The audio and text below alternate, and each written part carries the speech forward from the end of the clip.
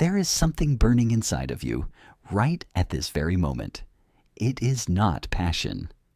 No, do not mistake it for that. It is a quiet rage, or perhaps a profound loneliness that is currently gnawing at your chest, a name you dare not speak aloud. You are trying to extinguish it, or are you silently letting it consume you from the inside out? Stop, just for 1 single second. Stop running. Face it. Do you hear that? The sound of your heart pounding against your ribcage? Or is that the heavy footsteps of a part of yourself that you have locked away in the dark for so many years? Do you honestly believe that clicking on this video was a mere accident?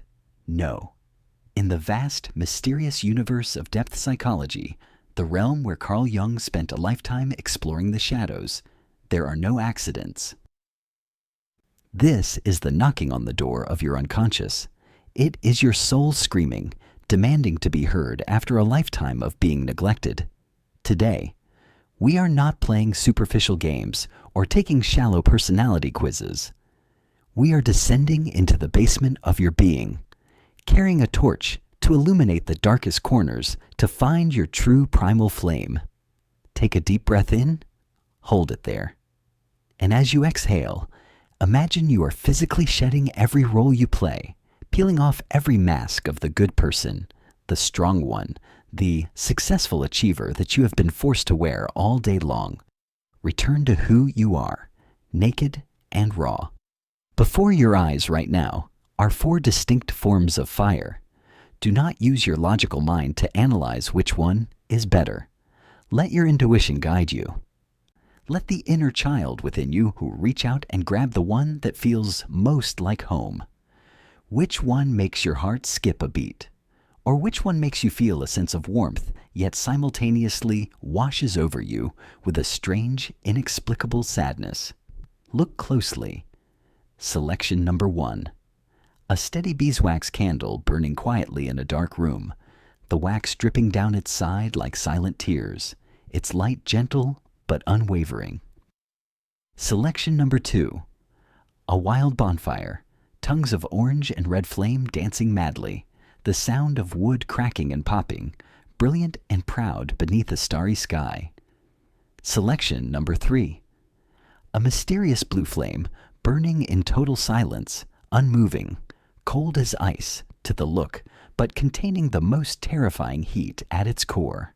And the final selection, a tiny, weak ember, barely breathing amidst a pile of cold gray ash, looking as if it has perished, yet stubbornly holding on to life. Have you made your choice? Hold that image tight in your mind. Do not let it go. But wait. Before I hand you the key to unlock the secret door of your soul, let us perform a small ritual of connection. The universe operates on the exchange of energy. If, right at this moment, your intuition tells you that this is a safe space. If you feel that our frequencies are touching, leave a trace of positive energy by pressing the like button. And if you do not wish to continue this journey of finding your true self alone, press subscribe to join this circle of healing souls. Do not let us lose each other in the vast, overwhelming ocean of information out there. All right, the energy has been connected. And now, close your eyes if you can, take another deep breath, and let me tell you the story of your own life, the story you have never dared to whisper to anyone. If the gentle, patient light of the steady candle held your gaze, then I know you are tired, aren't you? In the language of the archetypes, you are the embodiment of the keeper of the light. Do you know what the greatest beauty of a candle is? It is its humble presence. It does not scream for attention like fireworks. It simply stands there, silently pushing back the darkness so that others may find their way. And that is exactly how you live your life. You build your world with tenderness. You are the one who remembers how your colleague takes their coffee. You are the one who notices the fleeting shadow of sadness in your best friend's eyes, even when they are laughing the loudest. You are the peaceful harbor that every battered ship out there seeks to find shelter in whenever the sea gets rough. But oh, my resilient candle! Your beauty is also your tragedy. You have forgotten a cruel law of physics. To shine, a candle is forced to consume itself. Those drops of wax melting down the side, those are the hot tears you have swallowed back inside. Your glittering pain lies in this truth. You care for the emotions of the entire world, yet you starve your own emotions. You are terrified that if you do not burn, if you are not useful, if you are not helping, then you will become worthless. You are afraid of being abandoned if you are no longer the strong one. You strain every muscle to keep others warm while your own soul is shivering from the cold. You dare not say, I am exhausted. You dare not say, I need help, because you have defaulted to the role of the giver, never the receiver. Listen to me. Even the sun, as magnificent as it is, must set every evening to rest. So why do you force yourself to burn eternally? You do not have to burn yourself down to the very last drop of wax to be worthy of love. The greatest compassion you need to practice right now is not towards others, but towards yourself. Allow the flame to flicker and dim for a moment. Allow yourself to say no. Allow yourself to be weak. Those who truly treasure you will love you for who you are, a gentle soul, not for the light or the heat you provide them. Learn to love your own darkness as tenderly as you have loved this entire world. But if the thing that pulled you in, the thing that hypnotized you, was the wild, brilliant intensity of the wild bonfire, then beating inside your chest is the rhythm of the passionate warrior. Oh, what a magnificent and enviable source of energy. You are the very definition of aliveness. You do not tiptoe through this life in fear. You crash into it. You dance with it. You want to taste every single flavor of joy, anger, love, and sorrow that this earthly realm has to offer. Others look at you, and they see admiration. You are enthusiastic, loud, generous. You are always the center of the celebration. Wherever you are, the darkness is pushed back by your laughter and your radiance. However, behind that glamorous shell, I see a profound fear driving you. Do you realize it? The bigger the fire burns, the thicker the darkness that surrounds it. You are terrified of silence.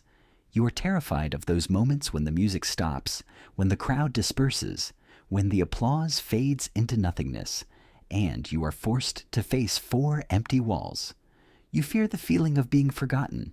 You fear becoming mediocre. You fear fading away like smoke into the void. The frantic busyness, the endless stream of plans, the trips that never end. Sometimes they are just a magnificent fortress you have built to run away from having to have a conversation with yourself. You play the role of the happy person, the high-energy person, so perfectly that you have forgotten how to take off the makeup when you get home. Your loneliness is not that there is no one beside you, but it is the loneliness amidst a cheering crowd. They love your fire, but how many of them understand the pile of wood that is silently crumbling to ash underneath to feed that flame? My friend, a fire that burns too fast will soon turn to dust. Your value does not lie in the applause of the audience. Your value lies in your presence, in your breath, in the beating of your heart, even when you are achieving absolutely nothing. Practice making friends with the silence. Do not fear the void.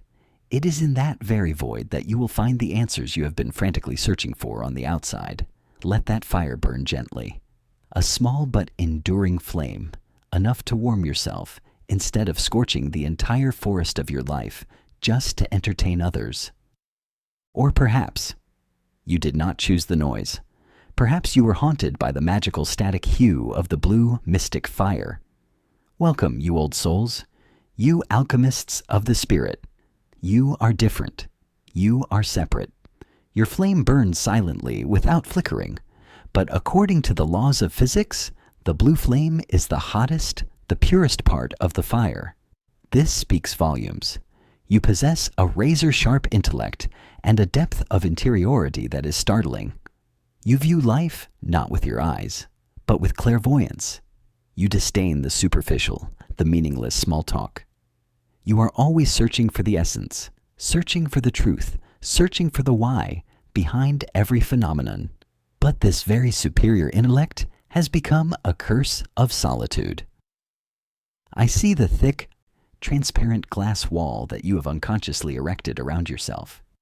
You stand inside it, safe, observing the world with wise but cold eyes. You crave connection. You crave finding a soulmate who can dive deep to the bottom of the ocean of consciousness with you. But you unconsciously push others away. Why? Because you are afraid of the mess. You are afraid that the mundane, illogical, dirty emotions of human beings will stain your orderly and perfect inner world. You use your intellect as a shield to protect a sensitive heart. You analyze emotions instead of feeling them. People think you are arrogant, unapproachable, but they do not know inside that cold blue flame is a heart that is starving to be touched, starving to be loved intensely. Your loneliness is the loneliness on a high mountain peak, beautiful, majestic, but chilling to the bone. Do not let your intellect become a prison that confines you. This life is inherently imperfect. Humans are inherently full of contradictions. Try, just for once, to lower that glass wall. Accept the risk of being hurt in exchange for the warmth of true connection. Allow someone to step into your world, even if they might be a bit clumsy, a bit foolish compared to your standards. But it is that very humanness that will soften a heart that is slowly turning to stone. Step out of your ivory tower and let the muddy, messy life touch your skin. And finally, if you saw hope, if you saw your own reflection in the ember amidst the ashes, I bow my head in deep respect before your vitality. Oh, you phoenixes rising. You did not choose the glamour. You chose the truth. And the naked truth is, you have walked through storms so great that others could hardly imagine. That pile of gray ash is the evidence of what you have endured. It could be the loss of a loved one, a painful betrayal, a bankruptcy, or a long season of depression that seemed to have no exit. A part of your old self has died in that pile of ash. But look closely. Why did you choose it? Not because you are pessimistic, but because you saw the power of resilience smoldering there. Even though it has been battered and bruised, that ember has not gone out. It still glows red. It is still hot. It is stubbornly holding onto life. That is you. You are a survivor. You have an incredible capacity for self-healing. But I want to hold you and speak of the hidden pain of a warrior who is never allowed to take off their armor. You have become too accustomed to being strong. People praise your bravery. They praise your toughness. But has anyone asked you, does it hurt? You have built a defense mechanism of extreme independence. You are afraid to lean on others, afraid to trust, because in the past, every time you gave your trust, you received a scar in return. You chose the pile of ashes because you feel safer in the familiar pain than risking a strange, new happiness. Listen to the whisper the universe is sending you right now. Ash is not the end. Ash is the best fertilizer for new life. But my friend, you do not need to rise immediately. You do not need to rush to spread your wings and fly into the sky when your wings are still bleeding. Your greatest strength, right now, is the courage to rest. Allow yourself to lie down on that pile of ashes for a little longer. Cry. Let the tears wash away the dust of the past. It is okay if today you do not achieve anything great. It is okay if you feel weak. That ember will not go out, I promise you. It is fed by your undying spirit. But for the flame to burst into a magnificent phoenix, it needs time, and it needs your own gentleness. Be patient with yourself. You have struggled enough. And one last truth, traveler. Do not mistake this flame for a permanent label tattooed on your soul. The psyche is not concrete. It is water. It is fluid. Today you may be the tired candle needing rest, but tomorrow, healed by that very rest, you might burst forth as the wild bonfire. The ember may eventually find the quiet wisdom of the blue flame. This test is not a cage to confine you. It is a compass to orient you in the storm. Use it to navigate this specific season of your life. Remember, you are not a static noun. You are a verb. You are constantly becoming, constantly evolving. No matter which flame you carry within you, whether it is the sacrificial candle, the wild passionate bonfire, the wise blue flame, or the resilient ember, please carve this into your bones. Light and shadow always walk together. You cannot deny your shadow and expect to find the light. Your wounds, your sensitivity, your loneliness, or your quiet rage, they are all sacred pieces that make up the masterpiece that is you. Do not deny them. Do not hate them. Carl Jung once said, "One does not become enlightened by imagining figures of light, but by making the darkness conscious."